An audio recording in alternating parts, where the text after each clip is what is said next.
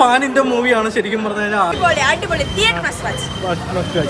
ആദ്യ ഷോ കഴിയുമ്പോൾ എങ്ങും മികച്ച പ്രതികരണങ്ങൾ സ്വന്തമാക്കി ചത്തപ്പച്ച എന്ന് പറയുന്ന യുവതാരങ്ങളെ ശ്രദ്ധേയരായിട്ടുള്ള അർജുൻ അശോകൻ ചിത്രം. ഹലോ ഫ്രണ്ട്സ്, എല്ലാവർക്കും നമസ്കാരം.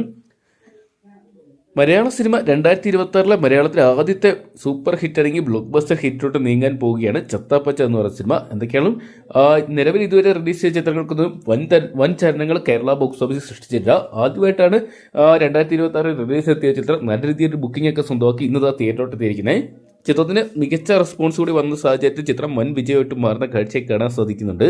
അർജുൻ അശോകൻ, റോഷൻ മാത്യു, വിശാഖ് നായർ, ഇഷാൻ ഷോക്കത്ത്, കർമനസ് മാത്യു, സിദ്ദിഖ് തുടങ്ങിയ കേന്ദ്ര കഥാപാത്രയ്ക്ക് അദ്വൈതായിരുന്നു ഈ സിനിമ ഡയറക്റ്റ് ചെയ്തിട്ടുണ്ടെന്നെ. കമ്മിയ റോളിൽ നമ്മുടെ മമ്മൂക്ക വന്ന് അഴിഞ്ഞാടുന്ന ഒരു കാഴ്ചയും കാണാൻ സാധിക്കുന്നുണ്ട്.